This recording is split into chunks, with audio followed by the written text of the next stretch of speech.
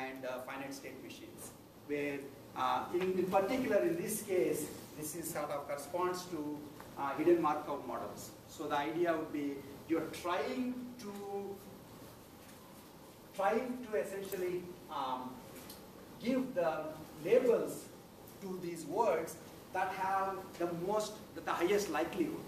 Okay, so in fact, to give an idea of what HMMs do, in case you haven't heard of HMMs before, when I'm talking, a particular word you may or may not have understood, because I'm speaking fast, and he could have said this word or this word, I don't know.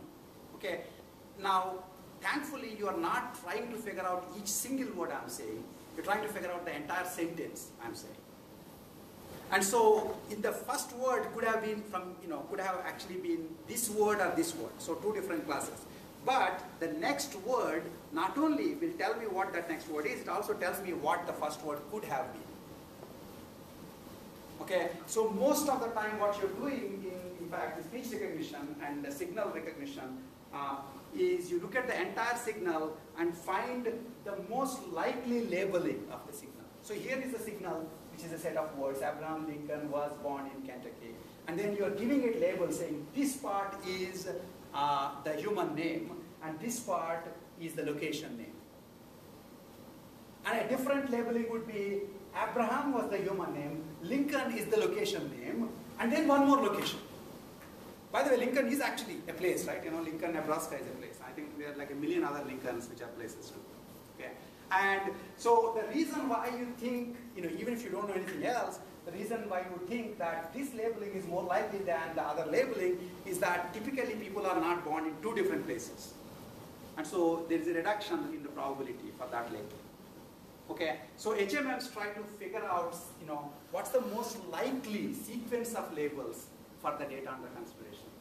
Okay, and the labels here essentially, so the idea is that people have decided what labels to put, and then they have generated the examples of these labels. You don't get to observe the labels. This is the hidden part of the Markov model. You only see the instance of that label. And based on the instances, you should be able to guess the labels. That's what you're trying to do.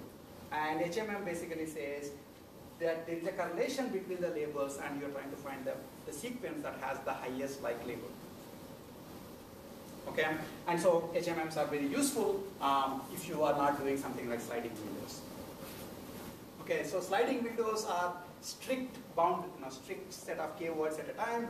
Boundary models, basically, I start with this in the beginning. I'll keep pushing this until I'm pretty happy that I have a segment. If I then, after a while, then I start pushing this. So in some sense, it's a sliding window where both sides of the window are being slimmed separately. And this one is the most general, where you're essentially allowing, multiple parts of the Abraham has the name of the person, Lincoln has the label name of the person. Okay, the real question is, for each word, can I find the label? When I find the label, then I also find essentially the best extraction from that. Okay, so this is actually, in fact, HMM is a very nice technique. I don't quite know whether I'll have time to go into it in the class. What I do expect, and then the most general case is you look at the sentence, do a syntactic analysis of it, get the parse tree, and then from that do more NLP. Okay, more natural language processing kind of analysis. So again, here too, these techniques are easier, and by the time you come here, you're doing more NLP. Okay, and out of this whole thing is the wrapper induction, where essentially you don't really look at the text. You don't look at it word by word by word. You know that there would be 10 words starting at this part of the HTML page. And I just pick the first word, put it in the first column, second word, second column, third word, third column. That's the wrapper induction, and that's 100% accuracy if you got the wrapper right. Okay, and your ability to get the wrapper right depends on people having written the data with exactly the same mind-numbing uniformity. People never do it, machines always do it. If it's machine-generated data with pseudo-English, then you're good. Okay, so when we come back next class, essentially, I'm going to look at these 3 examples. The first one, in some sense, we've been talking about already. Maybe I'll talk about it today because there's still a couple of minutes. So wrappers generation is the simplest kind of end-to-end example, which when it works well. The other thing that I will look at is, so interesting thing is that a wrapper generation can be seen as looking for patterns in the DOM tree. So you have a page and you have a DOM tree for that HTML page, and then, so for example, in the actual Amazon page, I don't know where is what, but here when I look at the source of the page, the HTML source of the page, I will see that if you start from HTML, go to body, go to B, then you will get B being bold. Whatever you get below that element, that XML element, would be the title of the book. Notice that I don't need to know, I don't need to say, is age the name of the book, is of the name of the book, is age of the name of the book, etc. The entire thing is the name of the book, because that's where it is. Okay? And then I go skip here, and then I go from body to font, and then there's a by, and then if I see a by, then I go here, and I will get the author's name. Okay? And then, so what I would then be able to do, my extractors will look like this. To get the title, okay? So go from, in the DOM tree, start from HTML, go to the body, go to the B, get the character data in the B element. This is just a path expression. Whatever you see there, put it in that table. Put it in that column for the table that you're trying to extract. And then here, author, HTML, body, font, A, character. Right? If it does happen to have the uniformity, you can do this very easily. And this is essentially what wrapper generation is. Oftentimes, you can do this semi-automatically. So, for example, people can take the HTML page and use the mouse and kind of select a region of the text, and then right-click and say this corresponds to the author name.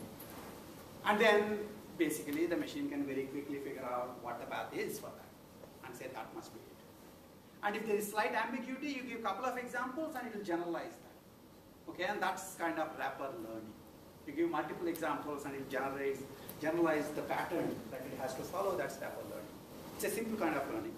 Now, of course, if in fact Amazon decides to start putting the title of the page, title of the book in italics, then you are dead, because you are not going to get titles of the books anymore with respect to this wrapper. And so you need to rewrite the wrapper. If you have, this is the wrapper, then you have to rewrite it. Okay? And so there is a question of wrapper maintenance. If you write this kind of a wrapper, which depends on kindness of the strangers who don't owe you a thing. And humans could care less if one page had the title in italics and other page had title in bold. And the third page has title in bold in 13 font, the fourth page has title in 11 font. But for your machine, it makes all the difference, because it depends on how specific your pattern was.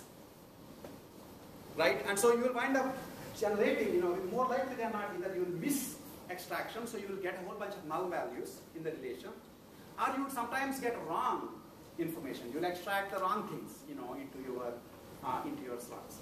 So in both cases, you need to be able to maintain the wrappers. Every once in a while, people should look at what has been extracted and see if it is going wrong, in which case rewrite the wrapper again.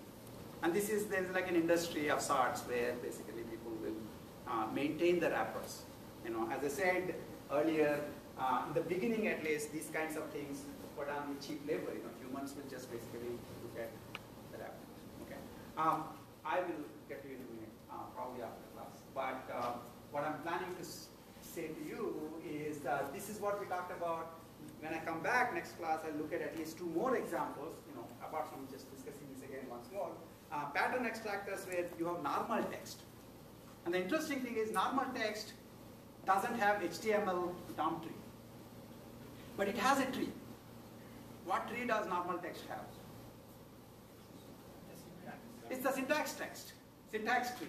Okay? So what's interesting is we look at examples like this, if I can get there, where I would be able to look at the sentence and then realize and do part of speech tagging. Remember, some of you did these English classes in the grade school and hated the English teacher because they made you do pretty complex part of speech tagging. Well, you can do it automatically. It turns out syntax tagging is easy. In fact, that's one of the reasons why I don't understand why people make kids do it. But then, why should they make kids do addition and subtraction? That also can be done by machines. But anyway, the point is, you can compute the syntax tree by parsing in the HTML case, you don't need to parse because the tree is available directly. But for normal text, you can compute the syntax tree by parsing and then look for regularities in terms of the syntax tree. So for example, I can say things like this, that generic extraction pattern basically is one which says cities such as Boston, Los Angeles, Seattle. If you read that, then you can say, well, Boston, Los Angeles, and Seattle must be cities.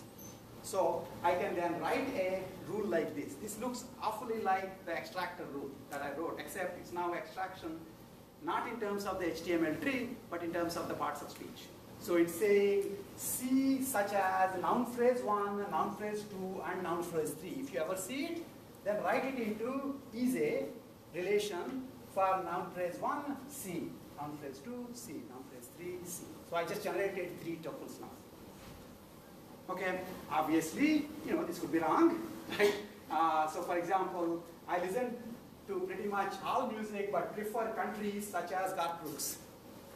And so you would say Garth Brooks is a country, which maybe he is, you probably begin up. But the point is, again, in this case, there is some ambiguity, and you will be extracting, probably incorrect data, and then we'll talk about how you can increase the confidence in the data that you extract. This is like extracting patterns from raw text.